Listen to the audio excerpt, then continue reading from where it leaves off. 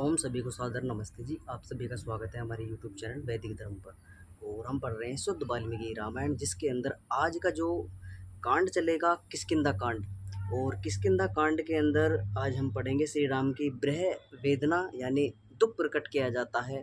पंपा सरोवर पर पहुंचा जाता है, वहाँ के जो रमणीय क्षेत्र है उसको देखा जाता है। फूल कंदमूल वृक्षों को देखकर जो है सीता का लिए विलाप किया जाता है। इस प्रकार की जो घटना है उसको हम पढ़ेंगे, प्रसंगों को पढ़ेंगे। तो जितने भी लोग चैनल से जुड़े हुए हैं, चैनल पर नए भी हैं, उनसे बार बार आग्रह है ज़्यादा से ज़्यादा चैनल को सब्सक्राइब करें, वीडियो को लाइक करें। कोई शंका है कमेंट बॉक्स में आप अपने प्रश्नों को लिख सकते हैं। इस पूरे के पूरे प्रकरण को ध्यानपूर्वक हम पढ़ेंगे।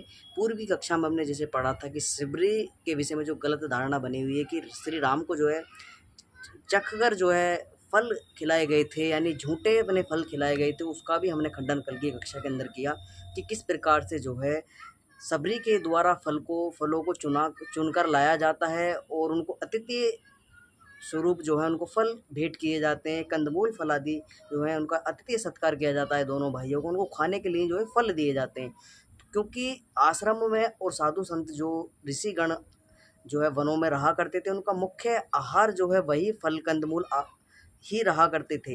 तो इसी प्रकार से उस आश्रम के अंदर जब वो अपना जीवन व्यतीत कर रही थी सबरी, तो उन्होंने जितना उनसे उचित हुआ उन्होंने अपने कंदमूल फल आदि लाकर जो है जो उनको प्रिय था वही उनको लाकर दिया। क्योंकि श्री राम जो है शुद्ध शाकाहारी थे, सात्विक थे।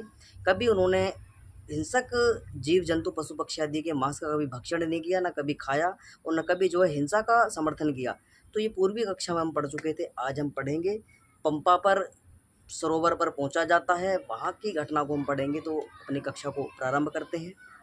किष्किंधा कांड चलेगा। प्रथम सर्ग हम इसका पढ़ेंगे किष्किंधा कांड का। सा तथा पुष्करणी गत्वा पादवता पलंतजा झसा कुलामः रामा सौमित्र सहितो विलाल पाकुलेन्द्रियः। जब राम लक्ष्मण सहित श्री राम कमल दल और मीन आदि जल जंतुओं से परिपूर्ण पंपा नामक सरोवर पर पहुँचे, तब सीता का स्मरण कर वे विकल हो गए और विलाप करने लगे।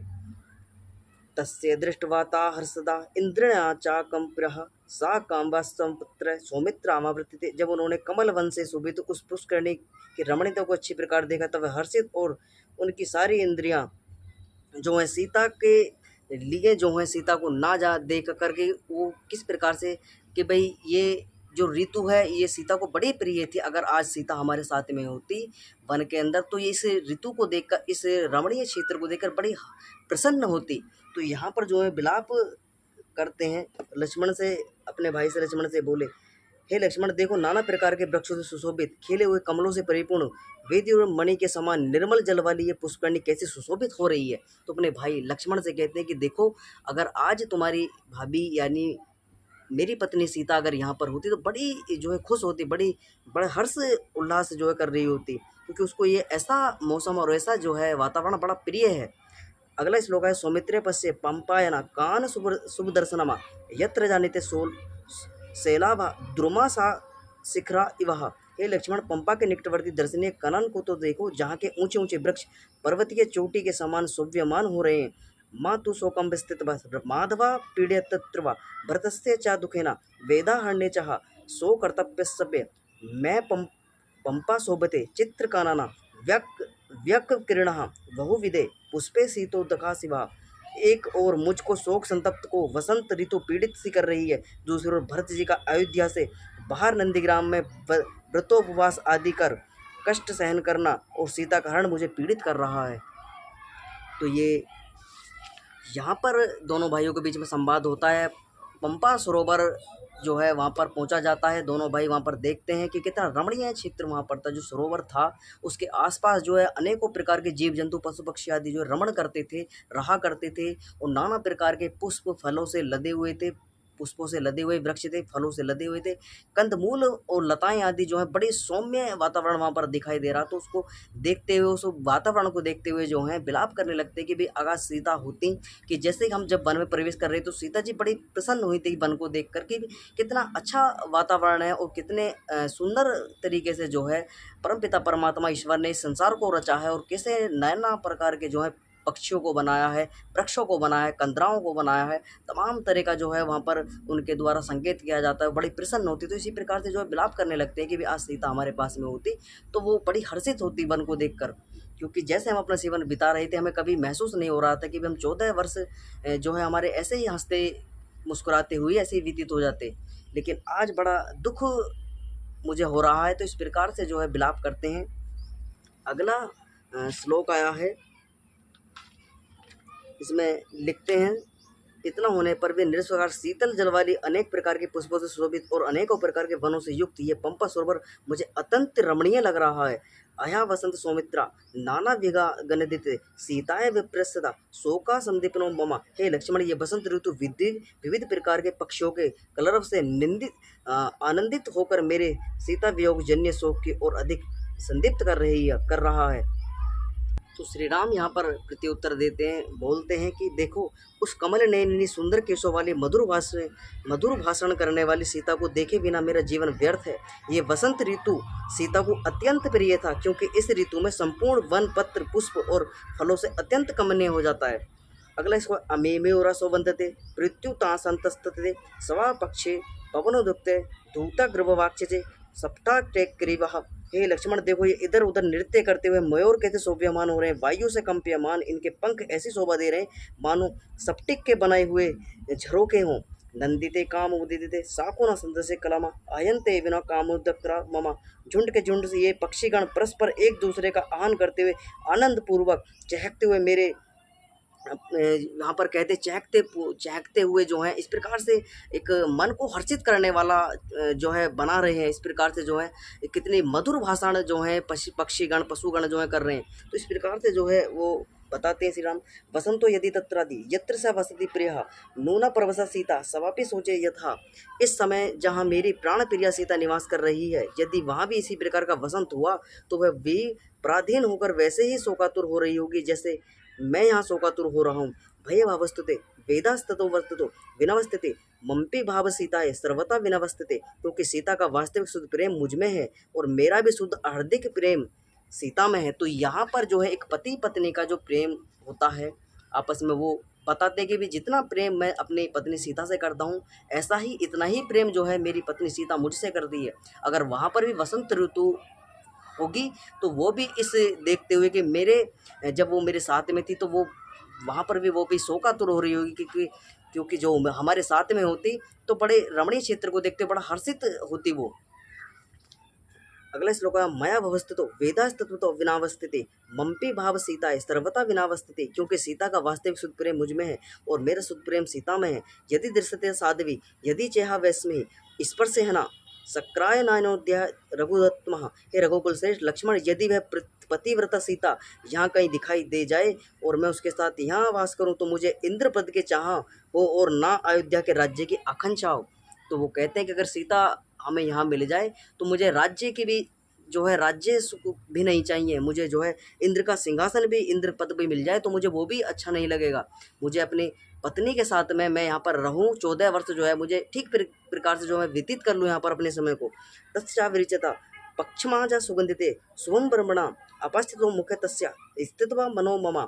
इस समय कमल के समान नेत्रों वाली सुगंधित और वर्ण रहित सीता के उस कमनीय मुखमंडल को देखे बिना मेरा मन व्याकुल हो रहा है। कीनो वक्ष में कौसल्या माँ अयोध्या निपृतजमा कवासा सुस्थित पंचिता कथा जानती मास बिनमा। हे राजकुमार लक्ष्मण, अयोध्या लौटने पर जब माता कौशल्या मुझसे पूछेगी कि मनस्वनी मेरी पुत्र वधु सीता कहाँ है और वह कैसी है, तब मैं उसे क्या उत्तर दूंगा। तो यहाँ पर श्री राम कहते हैं कि भी अगर हमें सीता नहीं मिली, अगर जब हम प्रवेश करेंगे अयोध्या में जाएंगे 14 वर्ष का वनवास काट के, तो मैं क्या उत्तर दूंगा अपनी माता कौशल्या को। वो पूछेगी कि मेरी पुत्र वधु कहाँ है, वो कहाँ है, वो उसको उसके विषय में बताओ मुझे। गच्छे लक्ष्मणा पश्चेद भरता वृत्त वत्सलमा हे नहा जीवतु सक्तरा स्मृते जनकात्मजा। हे लक्ष्मण, अब तुम अयोध्या लौट जाओ और भ्राता वत्सल भाई के दर्शन करो। मैं सीता के बिना अब जीवित नहीं रह सकता।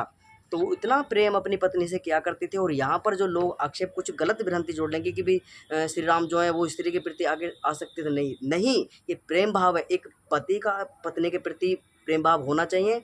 पति का पत्नी के प्रति होना चाहिए, समर्पण होना चाहिए एक दूसरे के प्रति। तो इसमें कामक्रूरता और ये तमाम तरह की जो है पाखंडता जोड़ देना कि अपने पत्नी के पीछे जो है पागल इस तरीके की जो है मनगढ़ंत कहानियाँ जोड़ देना, ये निरा मूर्खता की बातें हैं। ये समर्पण के भाव में यहाँ पर दिखाई दे रहा है कि अपनी पत्नी के प्रति कितना समर्पण श्री राम का सीता के प्रति था, और सीता का जो है माता सीता का कितना समर्पण अपने पति श्री राम के प्रति था। तो यहाँ पर देखने को मिलता है हमें, इति राम महात्मना विलापंत्वा तत्वा उवाच लक्ष्मणो भ्राता वचनायुक्तमव्यम। महात्मा श्री राम को इस प्रकार अनाथों की भांति विलाप करते देख विकार रहित लक्ष्मण से युक्त वचन बोले, स्तंभ राम भद्रे ताम समुच्य प्रस्तुतमा नेत्रसा मति मंददा भवत्या कलुषा आत्मनामा। हे राम, आपका कल्याण हो, धैर्य धारण कीजिए, शोक को त्याग दीजिए। पुरुषोत्तम, आप जैसे निर्मल बुद्धि वालों की बुद्धि ऐसी मंद तो नहीं होनी चाहिए। तो यहाँ पर जो है उनको शोक से निकाला जाता है लक्ष्मण जी के द्वारा कि आप जो है प्रयत्न करेंगे, हम ढूंढेंगे, हम प्रयत्न करेंगे, हम जो है पुरुषार्थ करेंगे सीता को जी को ढूंढने के लिए। आप व्याकुल मत न होइए, परेशानी को त्याग दीजिए, आप व्याकुलता को त्याग दीजिए।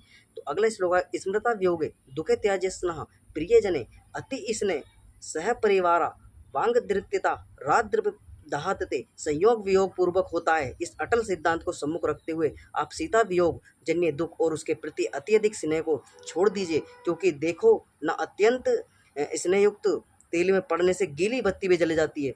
यदि गच्छति पाताल ततो हत्यवे कामेव वह सर्वथा रावणस्तवता भवस्ते राघवा। हे रघुकुल शिरोमणि, अगर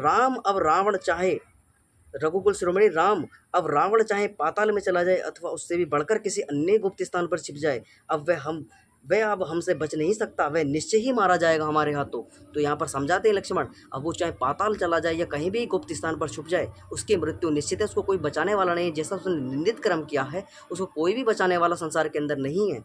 अगला श्लोक है, सवस्ते भद्रा भजस स्वार्य त्याजत कृपणा मति अर्थो ही नष्ट कार्याय नष्टता यथेना दिग गम्यते। हे भाई, आप स्वस्थ हो जाइए, इस दीनता और कार्यता को त्याग दीजिए, धैर्य धारण कीजिए, क्योंकि उद्योग के अभाव में अर्थ की सिद्धि कदापि नहीं हो सकती।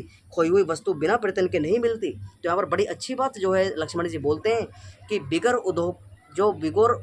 व्यापार किए धन प्राप्त नहीं होता, बिगर उद्योग किए धन प्राप्त नहीं होता, और ऐसी खोई हुई वस्तु को ढूंढे बिगर वो प्राप्त नहीं होती, प्रयत्न की पुरुषार्थ के नहीं वो मिलती नहीं है। तो यहाँ पर वो कहते हैं कि हम पुरुषार्थ करेंगे, प्रयत्न करेंगे सीता को ढूंढने का।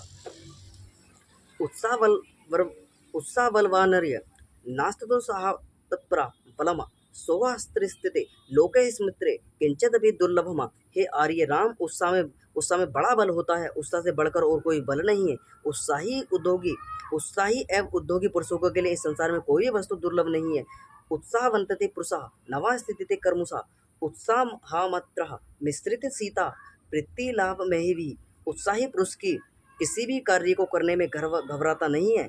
हम भी उत्साह का आश्रय लेकर सीता जी को अवश्य प्राप्त कर लेंगे। त्याजते काम वृत्तितवा शोक संन्यास प्रविष्टते महात्मना कृत्य आत्मना आत्मतमना नव बुद्धिस्ते। आप महात्मा और कृत्य विद्या होकर भी अपने स्वरूप को क्यों नहीं पहचानते? आप शोक को त्याग कर कामी जनों जैसी इस प्रवृत्ति को परे फेंक दीजिए। तो कहते हैं कि आप तो परम पुरुष हैं, आप विद्वान हैं, आप चरित्रवान हैं, बलवान हैं, बुद्धिमान हैं, आप ऐसे जो है ऐसे कायरों की तरह जो है विलाप मत ना करिए। तो यहाँ पर बड़ी अच्छी बात जो लक्ष्मण जी के द्वारा बोली जाती है। तो ये जब ये पति पत्नी का जो समर्पण है इसी तरीके का होता है। जो वियोग होता है तो कुछ ना कुछ दुख प्रकट होता है, तो इसी प्रकार से दुख प्रकट जो है अपनी पत्नी के प्रति जो है श्री राम कर रही, तो वो समझाते हैं कि भैया शोक अपन को त्याग दीजिए बिल्कुल। ये जो आपके ऊपर शोक की छड़ी लग चुकी है, घड़ी जो है छड़ लग चुका है, पूरा झड़, इसको आप समाप्त कर दीजिए। अगला श्लोक है, एवं संबोध स्थित शोकम आपत्ति। हे लक्ष्मण जी, शोक क्रांत राम को इस प्रकार समझाया, तब श्री राम ने शोक और मोह को त्याग कर धैर्य धारण किया। सो व्यक्ति कर्मादज्ञ व्याघ्रामचित प्राक्रमा राम पंपा सुरुचिरा रम्य परिपल्ब द्रुममः। लक्ष्मण के समझाने पर अत्यंत पराक्रमी राम स्थिर होकर हिलते हुए वृक्षों से युक्त उस अत्यंत मनोहर पंपा सरोवर को घूम घूम कर देखने लगे। तो यहाँ पर जो है सीता के प्रति जो है समर्पण भाव करते हुए विलाप करते हैं कि इतना सुंदर रमणीय क्षेत्र जो सीता को बड़ा प्रिय था, ये वसंत ऋतु का मौसम, तो अब सीता यहाँ पर नहीं है, तो बड़ा दुख मुझे लग रहा है, बड़ा दुख हो रहा है मुझे। तो ये श्री राम की जो है विरह वेदना हमने पढ़ी। पंपा सरोवर के पास में जो रमणीय क्षेत्र था, पशु पक्षी फूल आदि कंदमूल जो वहाँ पर रमणीय क्षेत्र प्रकृति पड़ी शोभ्यमान थी, उसका विवरण जो पर यहाँ पर जो है किया गया, वो हमने पढ़ा ठीक प्रकार से। जितने भी लोग चैनल से जुड़े हुए हैं, चैनल को सब्सक्राइब अवश्य कर लें, वीडियो को लाइक कर दें। कोई शंका है कमेंट बॉक्स में आप अपने प्रश्नों को लिख सकते हैं। आज की कक्षा को हम समाप्त करेंगे। तो ये आरण्यक जो है किष्किंधा कांड प्रारंभ हो चुका है। किष्किंधा कांड का प्रथम सर्ग आज हमने पढ़ा। आज की कक्षा को विराम करेंगे। सभी को सम सादर नमस्ते जी।